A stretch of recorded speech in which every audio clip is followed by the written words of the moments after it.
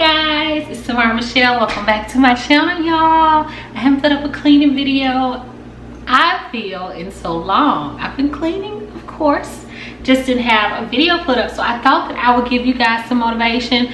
Honestly, you guys, I've been needing some motivation to just pick up around the house and stuff like that, so I'm gonna give you some today just in case you're lacking that as well. So in today's video, I will start in the kitchen and then hopefully make my way into the living area and maybe the dining area. Is not bad at all, but I just want to go around the house and pick up some things. So again, thank you guys for coming back for another motivational video. If you are new to my channel, welcome. Take a look around to see if this channel is for you. If it is, I would love for you to subscribe and be part of the crew. So y'all ready for some motivation? Let's get into it.